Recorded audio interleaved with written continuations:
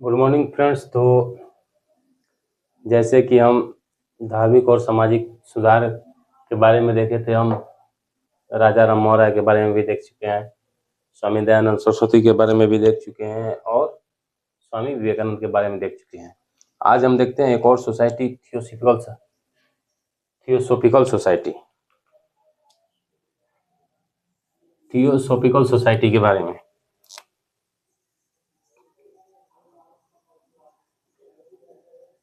Theosophical society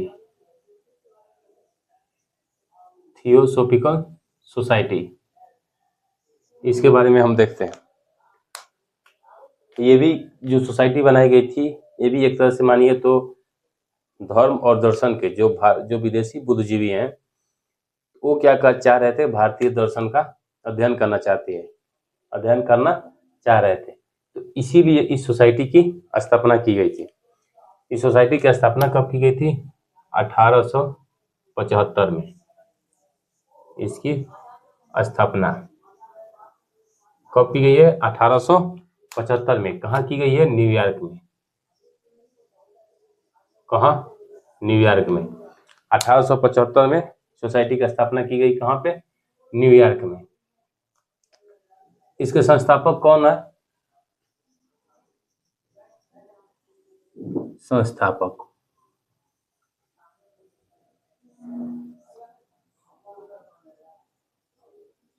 madam वलावत्स्की, ये रूसी महिला हैं, और कर्नल अलकाट।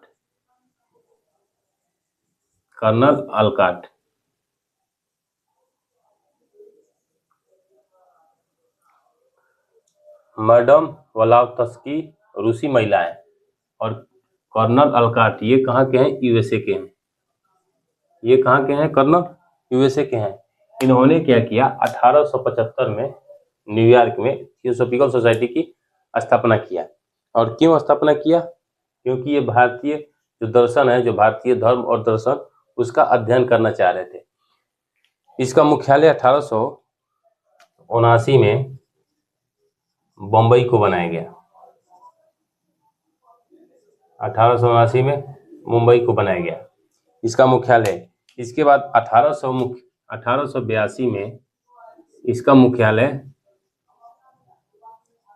अंतर्राष्ट्रीय मुख्यालय एक तरह से मानिए, जो मेन होता है उसको बना दिया गया। कहाँ? किसको? मद्रास में। यानी जो मेन मुख्यालय है, यानी अंतर्राष्ट्रीय मुख्यालय एक तरह से मानिए, उसको बनाया गया कब? 1882 में। कहाँ पे? मद्रास में। तो थियोसॉफिकल सोसाइटी 1875 में न्यूयॉर्क में। संस्थापक मैडम वलावत्स्की रूसी महिला हैं और कर्नल अलकट यूएसए के हैं। 1879 में इसका मुख्यालय मुंबई में बना। 1882 में इसका मुख्यालय मद्रास में बना। एक तरह से मानिए तो अंतर्राष्ट्रीय मुख्यालय था, यानी मेन मुख्यालय था। तो हम इसको क्यों पढ़ रहे हैं? क्योंकि हमको पढ़ना है एनी बेसेंट के बारे में। एनी बेसेंट इसी सोसाइटी की अध्यक्ष थी। तो हम देखते हैं एनी बेसेंट के बारे में। एनी बेसेंट ये कहाँ की रहने वाली थी? आयरलैंड की। यह आयरलैंड की रहने वाली थी। कहाँ की? आयरलैंड की। एनी बेसेंट आयरलैंड की रहने वाली थी। एनी बेसेंट को एक और नाम से जानते हैं, बसंती देवी। बसंती देवी, एनी बेसेंट या बसंती देवी कहाँ की रहने वाली थी? आयरलैंड की। ये क्या करती हैं? 1893 में, पहले तो ये 1888 में इस सोसाइटी की सदस्य बनती हैं। इस सोसाइटी की सदस्य, अध्यक्ष नहीं, सदस्य बनती हैं। अध्यक्ष कब बनेंगी? 1907 में। 1907 में ये सदस्य बनेंगे। अभी ये क्या है? सदस्य हैं। 1907 में ये अध्यक्ष बनेंगी। अभी के लिए अध्यक्ष कौन है? कर्नल अलकट। अध्यक्ष यही थे, कर्नल अलकट। संस्थापक ये दोनों, लेकिन अध्यक्ष कर्नल अलकट। 1800 में इस सोसाइटी की अध्यक्ष बनी। कहाँ की थी? आयरलैंड की थी। ये 1893 में विश्व धर्म सम्मेलन में भाग लिया। विश्व धर्म सम्मेलन में भाग लिया था। किसने? इन्होंने विश्व धम्म सम्मेलन में भाग लिया था। इसके बाद ये क्या आई, जब यहाँ से शिकागो, ये विश्व धम्म सम्मेलन का हुआ था यूएसए में शिकागो, जैसे ही वहां से ये धम्म सम्मेलन खत्म हुआ तो ये भारत की तरफ आई। ये आयरलैंड की तरफ नहीं गई, ये भारत की तरफ आई। भारत की तरफ ये आई 1898 में। 1898 में ये जब भारत आई तो ये 1898 में किससे मिली? काशी के राजा। काशी के राजा थे उस समय प्रभु नारायण सिंह। प्रभु नारायण सिंह। काशी के राजा कौन थे? प्रभु नारायण सिंह। 1898 में ये क्या करती हैं? काशी के राजा प्रभु नारायण सिंह से जाकर मिलती हैं और जमीन मांगती हैं। क्या? जमीन की मांग करती हैं। जमीन की मांग करती हैं। तो इनको प्रभु नारायण सिंह ने जमीन दे दिया। तो उस पर क्या किया इन्होंने? एक कॉलेज की स्थापना किया। एक कॉलेज की स्थापना किया। एक कॉलेज की स्थापना किया जिसको क्या बोलते हैं? हिंदू कॉलेज। एक कॉलेज की स्थापना किया कहाँ पे? काशी में, जिसको हिंदू कॉलेज बोलते हैं, यानी central Hindu college. Central Hindu college. Central Hindu college, इसकी स्थापना किसने किया? एनी बेसेंट ने। कब किया? 1898 में। किसकी मदद से? प्रभु नारायण सिंह की मदद से। और यही सेंट्रल जो हिंदू कॉलेज है, इसी सेंट्रल हिंदू कॉलेज को 1916 में मदन मोहन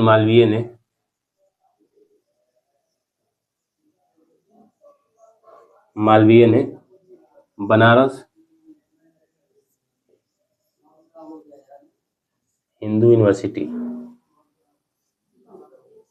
बनारस हिंदू यूनिवर्सिटी, यानी जिसको अभी क्या बोलते हैं?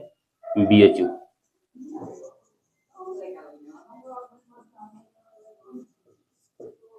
उन्नीस सौ 16 में जो ये सेंट्रल हिंदू कॉलेज था, जिसको किसने बनाया था? एनी बेसेंट ने।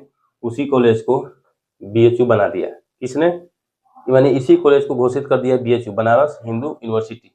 किसने? मदन मोहन मालवीय ने। कब? 1916 में। कब? 1916 में।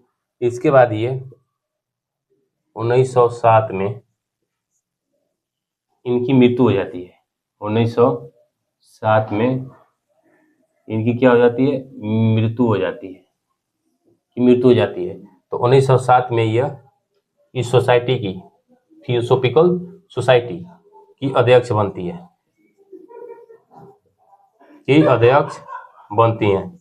थियोसॉफिकल सोसाइटी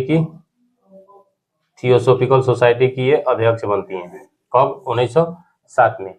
1907 में अध्यक्ष बनती हैं और 1917 में ये कांग्रेस की अध्यक्ष बनती है।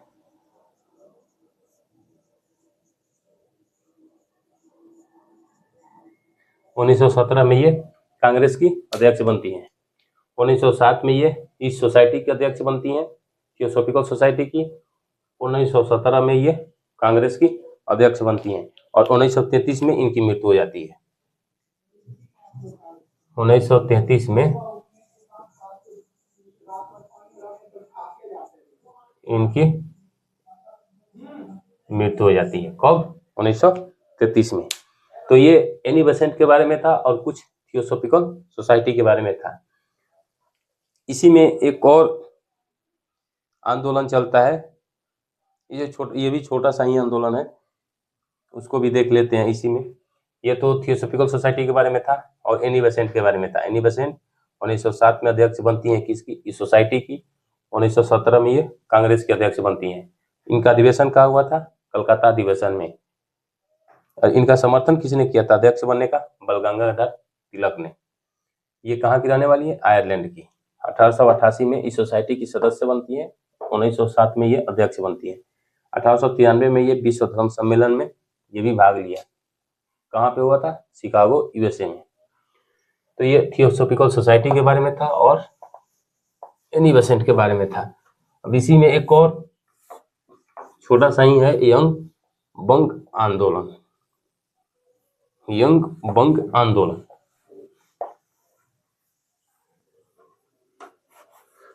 वो भी छोटा सा ही टॉपिक है, इसी में देख लेते हैं।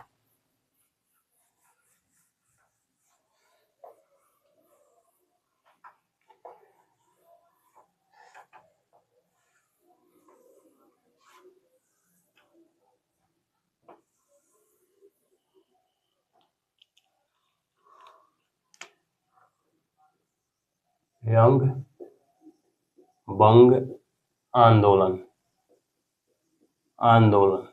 यंग बंग आंदोलन, हेनरी बेबियन डेरिजेवो, हेनरी बेबियन डेरिजेवो इसके नेतृत्व में हुआ।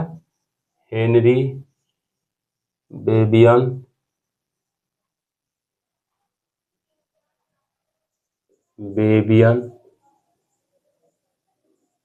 डिरेजेवो,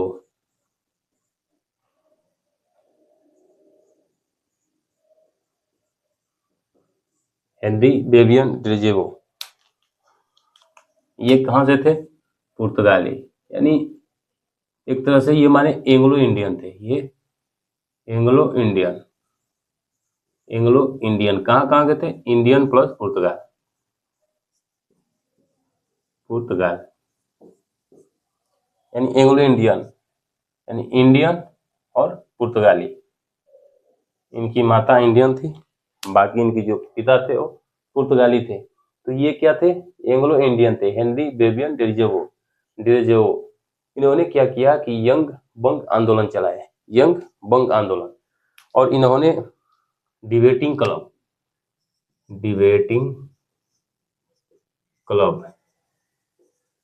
और एकेडमिक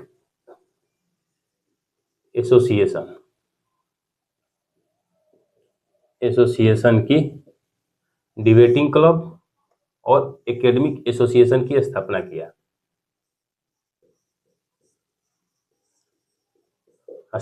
डिबेटिंग क्लब की स्थापना इन्होंने क्यों किया? क्योंकि ये लोगों में तर्क विकसित करना चाह रहे थे। यानी कोई भी चीज हो उसके लिए लोग क्या करें? तर्क करें, यानी अपने अंदर से जो तर्क हो उसके लिए, इससे लोगों को क्या होगा? इससे ज्ञान बढ़ेगा, यानी लोगों की सोच बढ़ेगी। इसीलिए क्या चाह रहे थे कि ये तर्क विकसित करना चाह रहे थे लोगों में, इसीलिए इन्होंने डिबेटिंग क्लब की स्थापना किया था। और एकेडमिक एसोसिएशन की स्थापना किया था किसने? हेनरी बेबियन डिरेजेवो ने। कैसे थे? इंडियन और पुर्तगाल, यानी एंग्लो इंडियन थे, इंडियन और पुर्तगाल मिला के। डिबेटिंग क्लब, इनका जन्म कब हुआ? जन्म 1809 में, 1809 में। मृत्यु कब हुई इनकी? 1831 में। इनकी मृत्यु 1831 में, महज 22 वर्ष की उम्र में। 22 वर्ष की उम्र में जन्म 1809 में, मृत्यु 1831 में।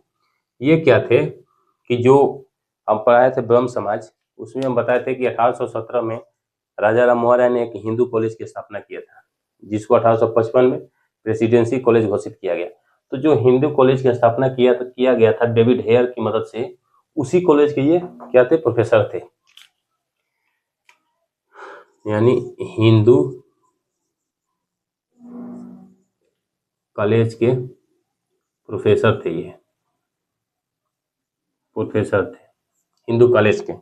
कब उसकी स्थापना किया गया था? 1817 में। इसी में ये प्रोफेसर के पद पर कार्यरत थे, हेनरी बेबियन डिरेजेवो। तो जब प्रोफेसर पे थे, इसका मतलब कि इनके छात्र प्रबल समर्थक होंगे। ये भी प्रोफेसर हैं तो जो बोलेंगे, एक तरह से ये गुरु हुए, तो जो बोलेंगे वो कराएंगे अपने स्टूडेंट से। तो ये छात्र के प्रबल समर्थक थे, यानी छात्र इनके प्रबल समर्थक थे। छात्र क्या थे? प्रबल समर्थक थे। छात्र इनके प्रबल समर्थक थे, छात्र इनके प्रबल समर्थक थे। ये तो यंग बंग आंदोलन हेनरी बेबियन डिरेजेवो के नेतृत्व में हुआ। इनकी जन्म 1809 में, मृत्यु 1831 में। और किसके कारण मृत्यु होती है? हैजा के कारण। कारण कारण हैजा हिंदू कॉलेज में प्रोफेसर थे। छात्र इनके, इनकी विचारधारा क्या थी? विचारधारा जो फ्रांस की क्रांति में 3 नारा प्रचलित हुआ था, स्वतंत्रता, समानता, बंधुत्व। ये 3 नारा फ्रांस की क्रांति से आया। तो ये भी कहाँ से प्रेरित थे? फ्रांस की क्रांति से। इन्होंने भी नारा दिया स्वतंत्रता,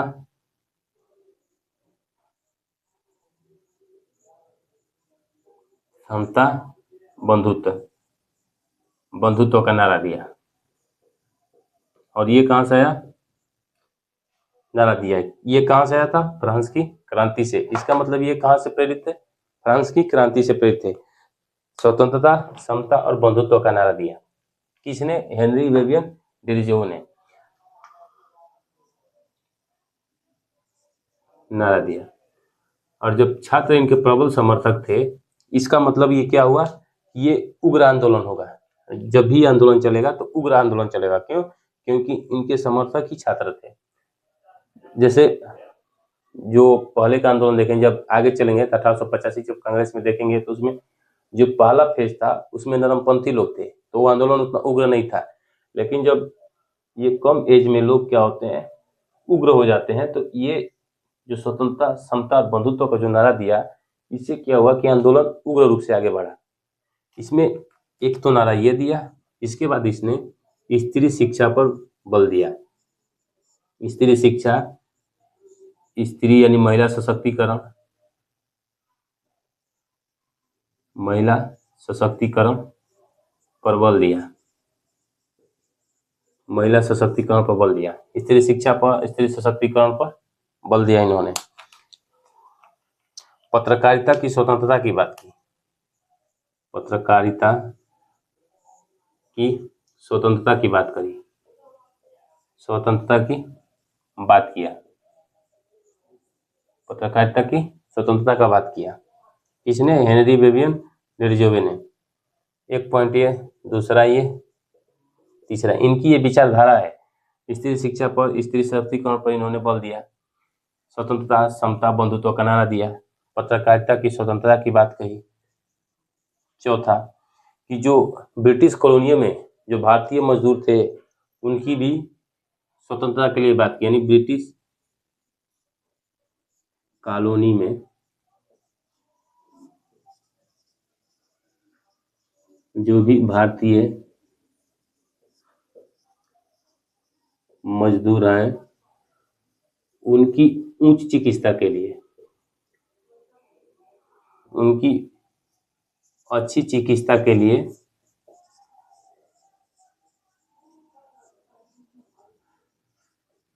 आवाज उठाए। अच्छी चिकित्सा के लिए आवाज उठाए। जो ब्रिटिश कॉलोनी में जो भी भारतीय मजदूर थे, उनकी अच्छी चिकित्सा के लिए भी इन्होंने आवाज उठाया। उच्च पद पर भारतीयों की नियुक्ति हो, जो सरकारी उच्च पद होते थे उस पे भारतीयों की नियुक्ति हो, यानी उच्च पद पर भारतीयों की नियुक्ति हो, यानी इन्होंने सभी को साथ ले लिया। स्वतंत्रता, समता, बंधुत्व के नारा से सभी को साथ लिया। स्त्री शिक्षा, स्त्री सशक्तिकरण से स्त्री को भी साथ लिया, यानी महिला को भी। पत्रकारिता की स्वतंत्रता से, इससे भी ब्रिटिश कॉलोनी में जो भी भारतीय मजदूर थे, मजदूर को भी अपने साथ कर लिया। इसके बाद जो उच्च पद पर जो भारतीयों की नियुक्ति नहीं हो रही थी, जो लोग इससे नाराज थे, ये भी इनके समर्थन में आ गए। यानी एक तरह से छात्र, स्त्री, मजदूर, यानी लगभग देखेंगे सभी वर्ग के लोग इनके साथ आ गए। जब इनके साथ आ गए तो इनका आंदोलन उग्र हो गया। जब आंदोलन इनका उग्र हो गया तो ये बस लिए क्या करेंगे? जो अंग्रेज हैं, अंग्रेज इन पे नाकाबंदी करेंगे।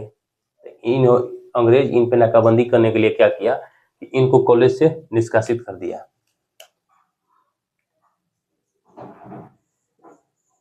इनको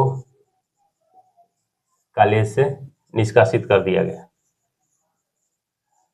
निष्कासित कर दिया गया। इनको कॉलेज से क्या किया? निष्कासित कर दिया गया। स्वतंत्रता, समता, बंधुत्व का नारा जो दिया, मानी जो ये विचारधारा इनकी थी, ये काफी उग्र विचारधारा थी। इसी विचारधारा को देखते हुए ये काफी लोग तो प्रभावित हो गए, तो इनके आंदोलन में लोग जुड़ गए। जब इनके आंदोलन में लोग जुड़ गए तो अंग्रेजों ने क्या किया कि इनको इस कॉलेज से हटा दिया, और जब इनको इस कॉलेज से हटा दिया तो 1831 में ही इनकी क्या हुई, हैजा से मृत्यु हो गई। जब इनकी हैजा से मृत्यु हो गई तो यहीं पे आंदोलन क्या हुआ, समाप्त हो गया। और इसी को देखते हुए 1834 में यंग बॉम्बे आंदोलन चला था। 1834 में यंग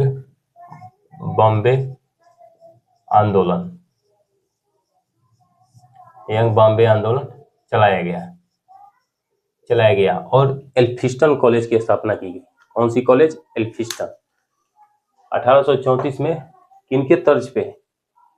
यंग बंग आंदोलन के तर्ज पे यंग बॉम्बे आंदोलन चलाया गया और एल्फिस्टन कॉलेज की स्थापना किया गया। यहाँ लिख लीजिए एल्फिस्टन